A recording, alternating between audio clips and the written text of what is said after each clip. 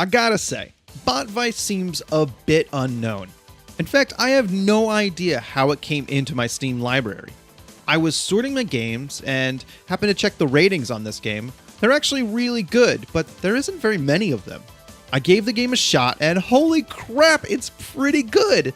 It's damn hard with some fun mechanics.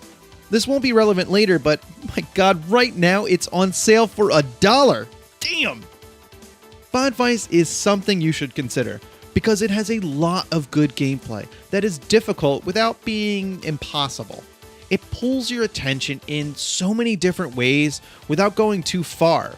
You can get in the zone, if you know what I mean. There's a lot of new enemies that makes each level fun to play. The strategy on each level changes, which is great for a game with only 25 levels. It's all wrapped up in this super bright, futuristic setting with a cheesy 80s vibe. The point is, it's a blast to play.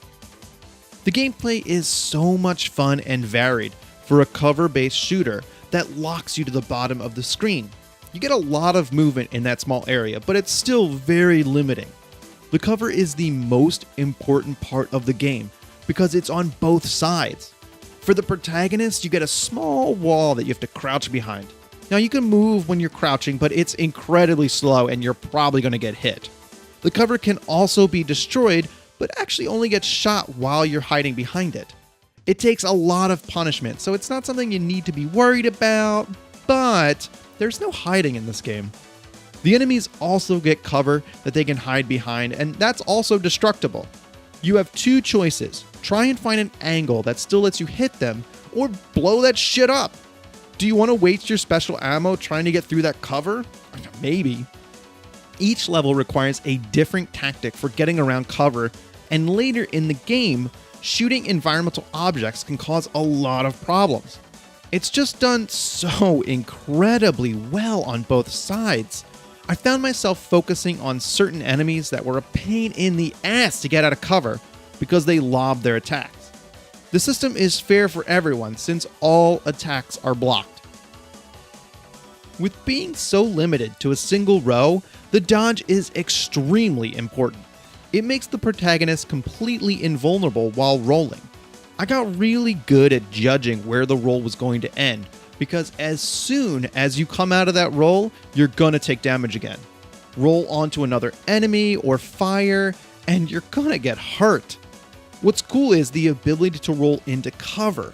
There's no way you're going to beat the game just by rolling around. I tried that, trust me. Rolling into cover and using cover correctly is key to getting out of certain situations. Oh, I almost forgot about the sword. The best is when enemies get close to your cover and you can cut them down. It also works on bullets. It's very circumstantial when it's a good idea to slice your way out of a situation though. Just hammering the button isn't going to stop all the bullets. It's best to wait for a lull in their attack and then chop them to bits. It's more powerful than shooting and can save some of your special ammo. I think the other unique mechanism of this game is aiming. It would have been really easy for the developer to just give the player full control over all of their shots with the right analog stick and turn this into a twin stick shooter, but I'm glad they went with something different. I found the game very stressful to play, but if I was required to aim too, shit, that would be so much to do. I found Botvice to have the correct amount of action that it doesn't pull your concentration too far in one direction. There's enough problems trying to position yourself to shoot enemies behind their cover without having to try and aim yourself.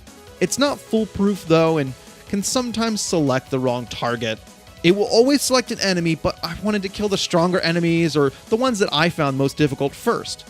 It can be a little frustrating when it targets something on the other side of the screen instead of something that's like right in front of you. It's funny because when I started the game, I somehow skipped the tutorial, so I tried playing without aiming. Oh my god, don't even bother. It's damn impossible because it puts you in so much danger. Playing the angles in this game is so important. With all that going on, Botvice is a blast to control and play. But what would be the point if there wasn't something awesome to shoot?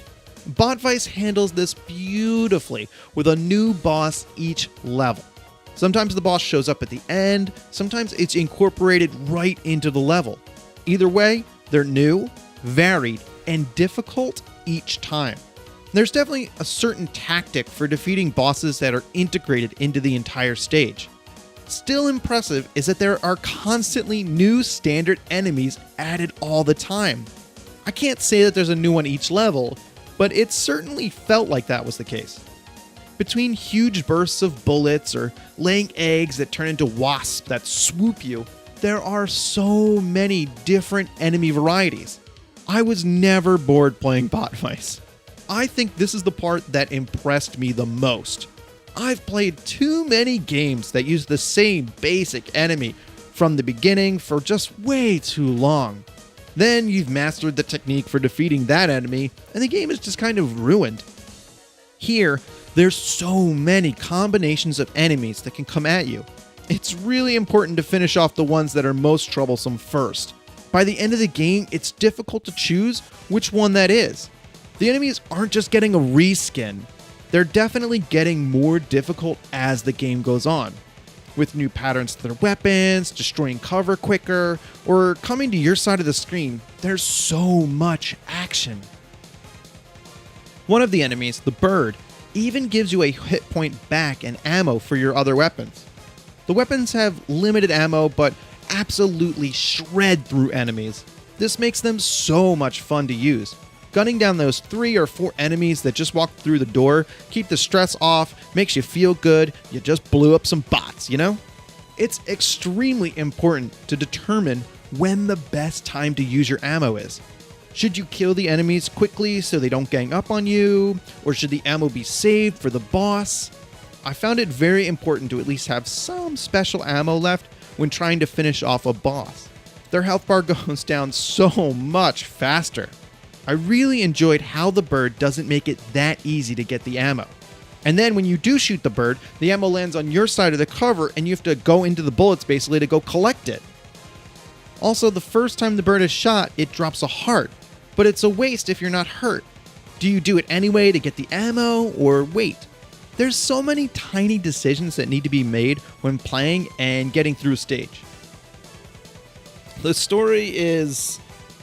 oh man, it is absolutely ridiculous. Erin Saver was a cop who lost her arm and now is fighting these criminals as a personal vendetta because they killed her partner. What? It reeks of an 80s cop film, and the writing and voice acting are right there with it.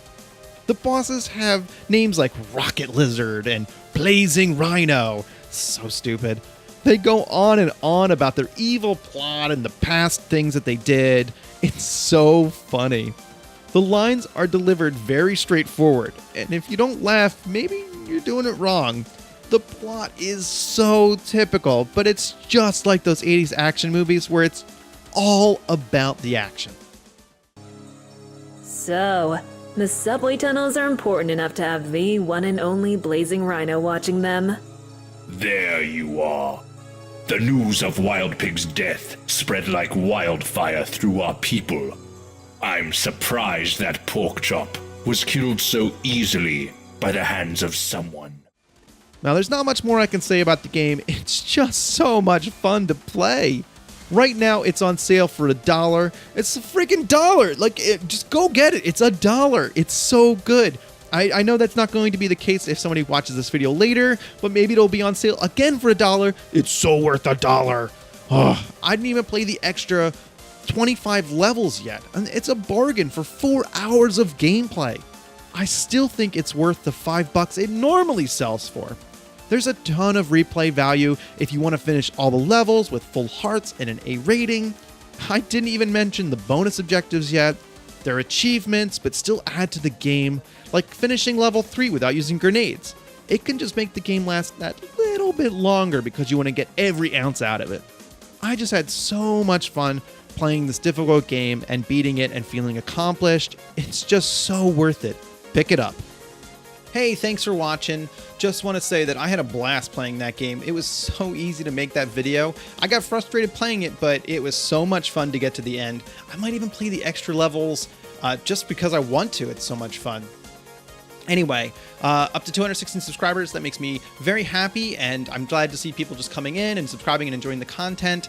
I've ran out of time. I'll talk to you in the next one. See you later. Bye.